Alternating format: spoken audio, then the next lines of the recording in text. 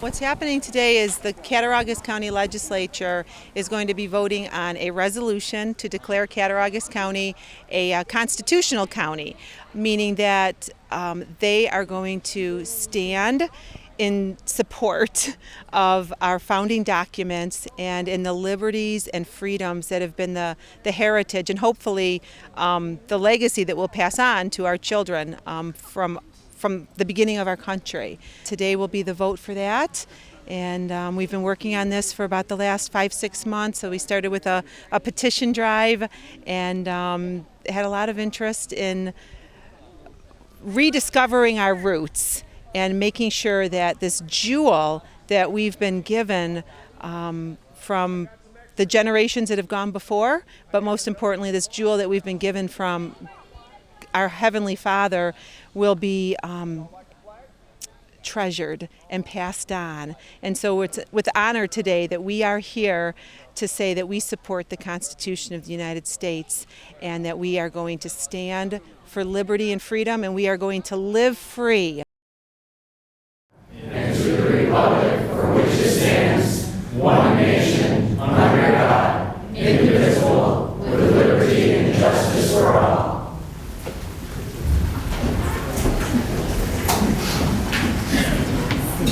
$329. I believe everybody wants to be a sponsor on this. Mr. Brisky? Yes, Mr. Chairman, thank you. Just a couple of comments as we discussed prior to the meeting before we deliberate the resolution itself. First of all, on behalf of the legislature, Chairman Van Rensselaer and all of us, thank you everybody for coming. I think there's a whole bunch of like-minded folks in the room, so we appreciate that. We don't normally see this, so I think that's great. For a point of clarification, you just watched us kind of breeze through a series of resolutions dealing with some ordinary and regular county business. These have all went through our county legislative committee process that was held last week, so these have been ongoing for quite a while and under discussion. So I don't want anybody in the room or any of our constituents to think that we all just nod our heads. That's not what we're doing. And lastly, Mr. Chairman, if I could make a request for the Journal Clerk to read Resolution 329 out loud. Yes, please. Ms. Julia. Opposing infringements on the inalienable rights of the people and declaring Cattaraugus County a constitutional county and amending the mission statement of the county to conform therewith. Whereas members of the Cattaraugus County Legislature, being elected to represent the people of Cattaraugus County, are duly sworn by their oath of office to uphold the Constitution of the United States and the New York State Constitution and laws, including the New York State Civil Rights Law. And whereas the Cattaraugus County Legislature is determined to stand as a constitutional county to protect the rights provided to its citizens under the U.S. Constitution and its amendments. And whereas such protections will extend to rights specifically enumerated in the Constitution and its amendments, including, but not limited to, rights of freedom of expression, speech, association, religion, press, and petition, the right to keep and bear arms, the right to protection of person and property from government overreach, and the right not to be deprived of life, liberty, or property without due process of law. And whereas such protections will also extend to all other rights neither enumerated in the Constitution nor its amendments, but which exist alongside the same as inalienable, basic, fundamental rights that are so deep-rooted in our society that they are deserving of protection from governmental infringement and are thus protected by the Ninth Amendment, including but not limited to the right to equality, liberty, and the pursuit of livelihood and happiness. And whereas the Cattaraugus County Legislature wishes to express its profound commitment to the rights of all citizens of Cattaraugus County to keep and bear arms, and proclaim that it is determined to stand as a constitutional county that recognizes, respects, and upholds Second Amendment rights, and states that it will use all legal means at its disposal to oppose, within the limits of the Constitution of the United States and the civil rights law of the state of New York, any efforts to unconstitutionally restrict such rights in order to assure that its citizens will be able to keep and bear arms and use the same in defense of life, liberty, and property, whether in a well-regulated militia or individually. And whereas the Cattaraugus County Legislature stands and will continue to stand in strong opposition to any law that would unconstitutionally restrict or infringe upon the above recognized rights. And whereas the goal statement of the Cattaraugus County webpage currently states, the goal of county government and the county legislature is to provide the traditional role as an arm of state government while also taking a more non-traditional role which seeks to establish the county as an agency that analyzes service needs, sorts them in an orderly manner, and realigns and consolidates services so that they may be performed most effectively and financed most economically. And whereas this current mission goal statement fails to recognize the constitutional, historical, and rightful role of the legislature to act as a check and balance not only local executive and judicial branches, but upon the state government itself.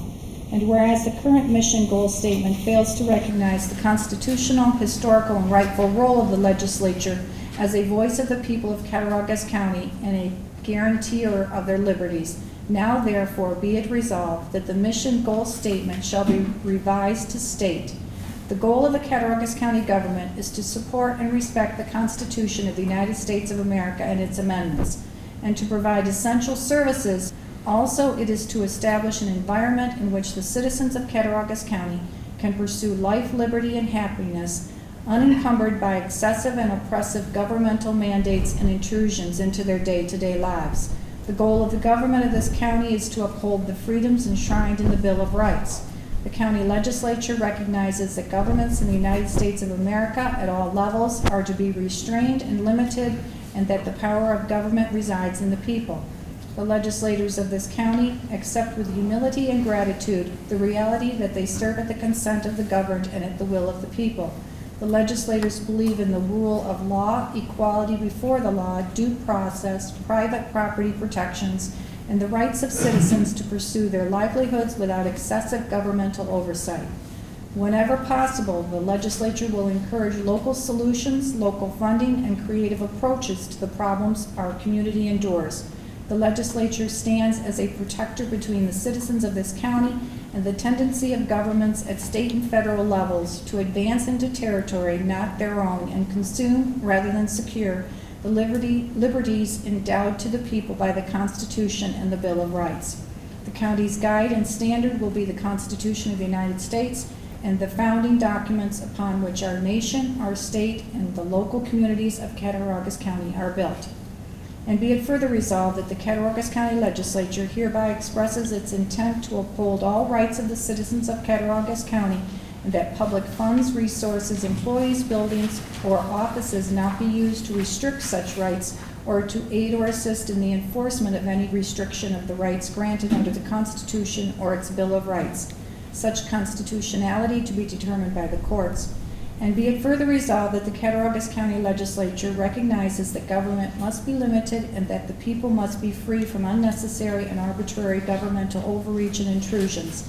And be it further resolved that the Cattaraugus County Legislature hereby declares Cattaraugus County, New York, a constitutional county, unwavering in its commitment to protect the constitutional rights of its citizens. Any further discussion? Mrs.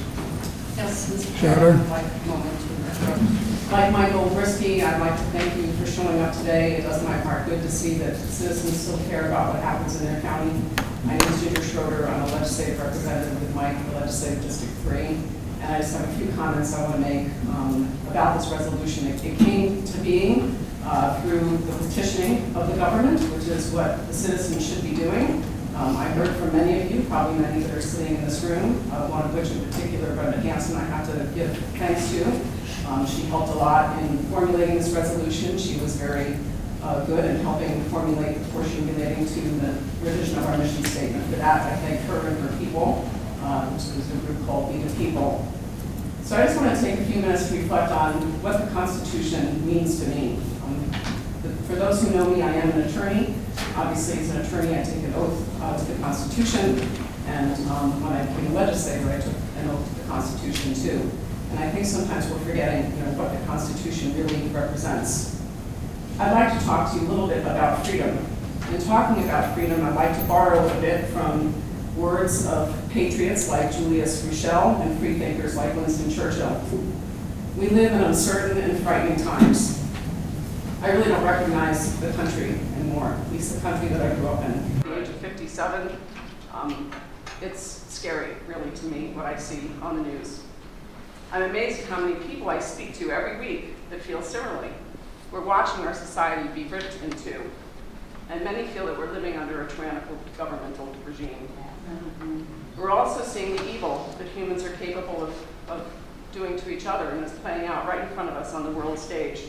And what happens when a tyrannical government takes control of a people or a country? And we're seeing that right now, obviously, in Afghanistan.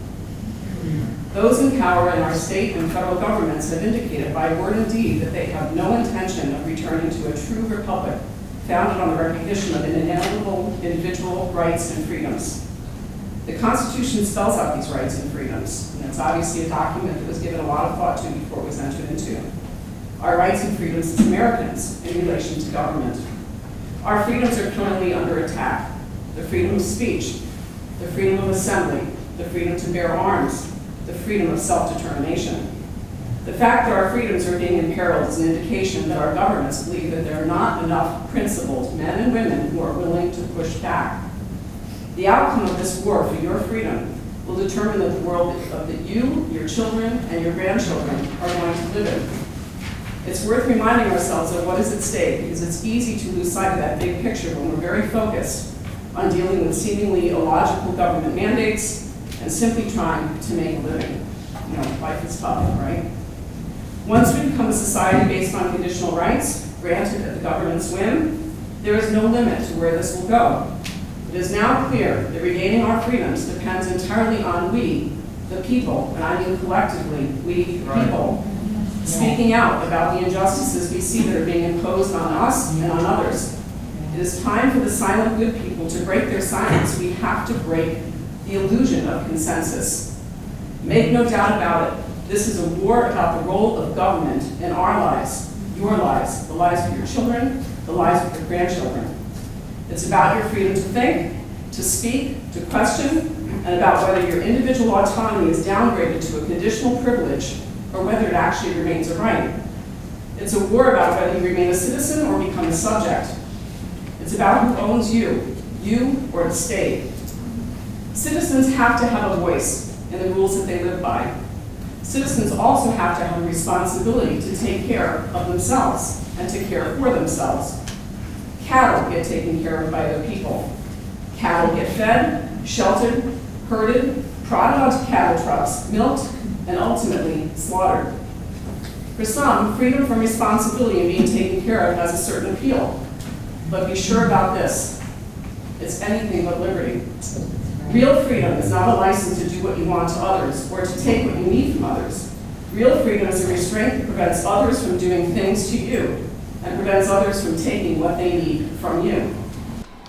Freedom draws a line between people that no one has a right to cross. That, my friends, is the freedom that's at risk. That is the freedom that is being lost. Those who choose silence in the face of this are signaling that their freedom is worth less to them than the discomfort of speaking out and facing the consequences.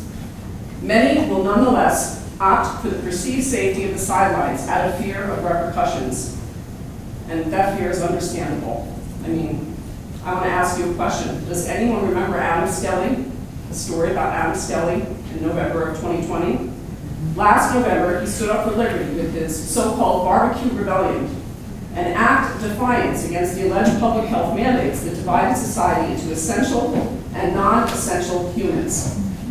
His small business peers cheered him on, but in the end they left him standing alone. He is now bearing the full cost of his choice, all on his own.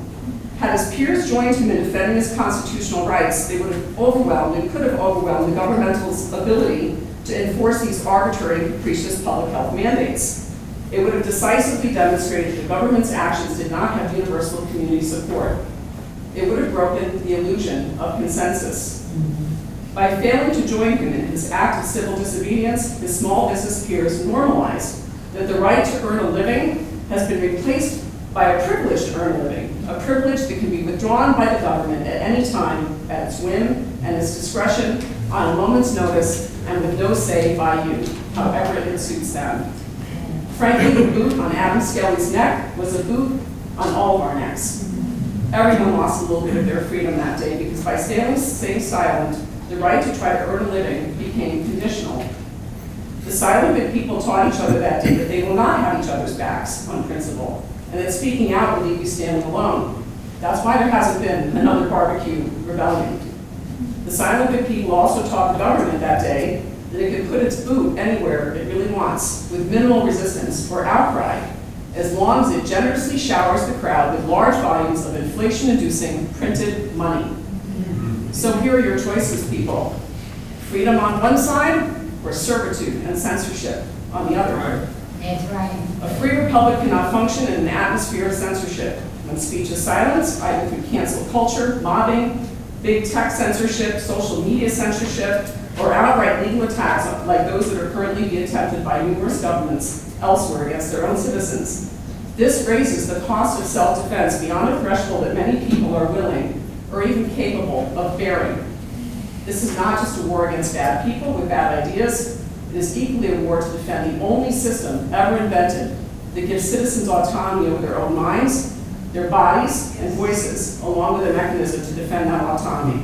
As Churchill said, if you will not fight for right when you can easily win without bloodshed, if you will not fight when your victory is sure and not too costly, you may come to the moment when you will have to fight with all of the odds against you and only a precarious chance of winning. There may even be a worse case. You may have to fight when there is no hope of victory, because it is better to perish than live as slaves. Yes, you're right.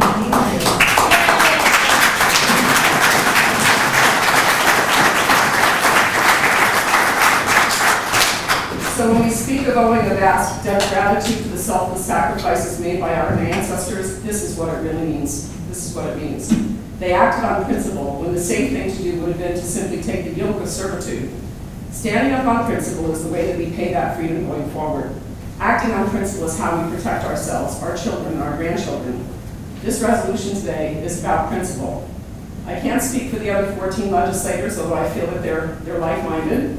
But for myself, I promise all of you, I will not walk quietly into that dark night.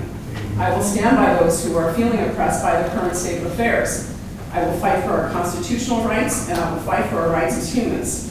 I will engage in civil disobedience where necessary and called for. I will not let the Adam Skellies of the world stand alone. My hope is that all of you will join me. Thank you.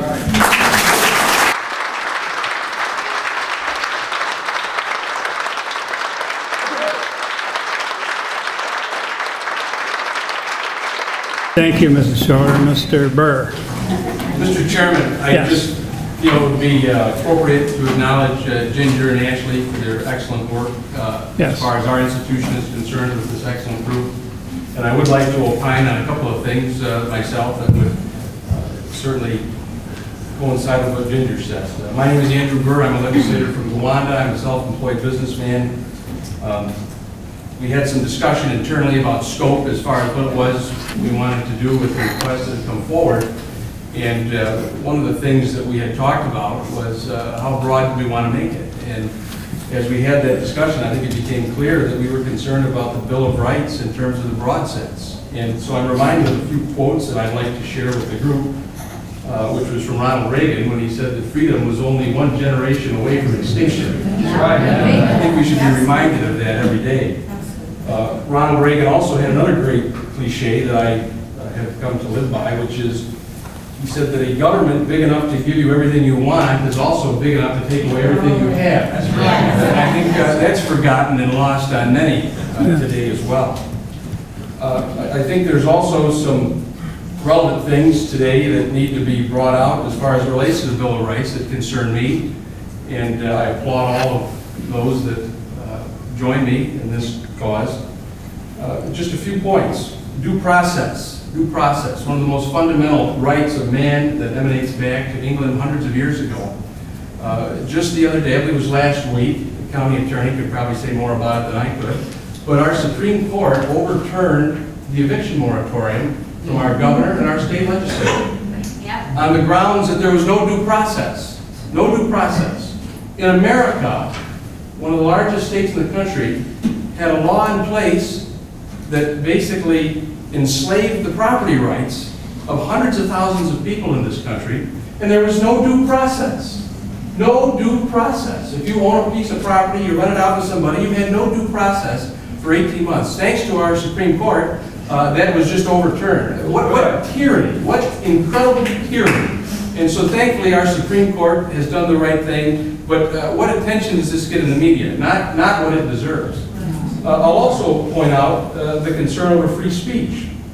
And Ginger touched on it with the term woke, cancel culture. You look at the media bias, you look at the fake news that exists, that still there's news outlets defending Biden in Afghanistan. How incredible. And so this lack of honesty and truth in the media is incredible.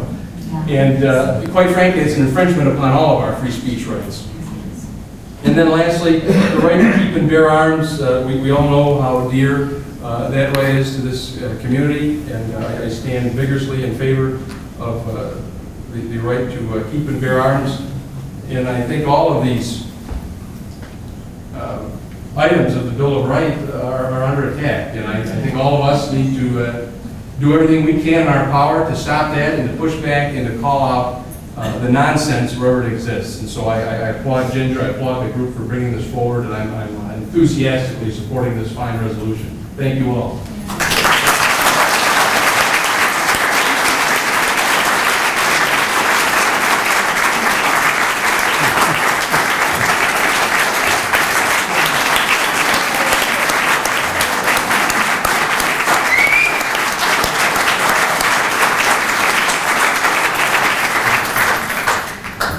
Yes. Mr. Chairman, just a couple of points of note. I believe, based on our internal discussions, that the entire legislature would like to be listed as sponsors to the Yes, they do. Is that correct? Does anybody not wish to be a sponsor? And that being said, Mr. Chairman, I would make a motion for a roll call vote in lieu of a voice vote, if you don't object. Motion made, second for roll call vote. All in favor? Aye. Mr. Cook. And I just wanted to say that being the lone Democrat among the 17, I looked at him. Sorry, David.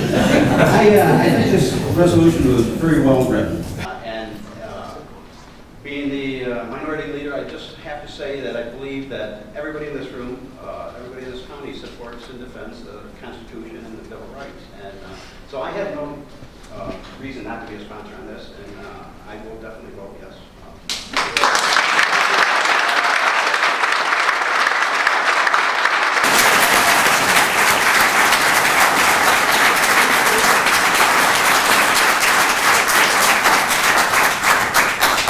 Mrs. Giulio, take roll call, please. Ms. Schroder, Yes. Mr. Smith, Yes. Mr. Snyder, Yes. Mrs. Andriano, Absolutely, yes. Mr. Benson, Yes. Mr. Bober, Yes. Mr. Brisky, Yes. Mr. Burr, Yes. Mr. Helmick, Yes. Mr. Higgins, Yes. Mr. Cook, Yes. Mr. Marsh, Yes. Mr. Morrell, Yes. Mr. Parker, Yes. Chairman Van Rensselaer. Yes. Whoa.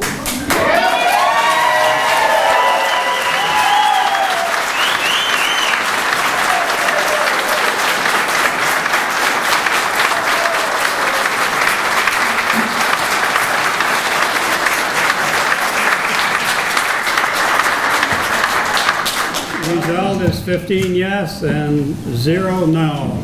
The resolution is passed. Thank you, everyone. The legislators here in Cattaraugus County have been very open to this and willing to interact and engage with the community, and they've demonstrated bravery and courage and a true love for freedom and liberty. And so we really appreciate the legislators and their courage, and we stand with them, and we stand in support of this decision, and we hope that we can move it into more rural counties. I guess would be our hope, is that the rural counties are where there seems to still be a friendliness towards the beauty and the value of liberty. So thank you, Cattaraugus County legislators. We appreciate you and we stand with you.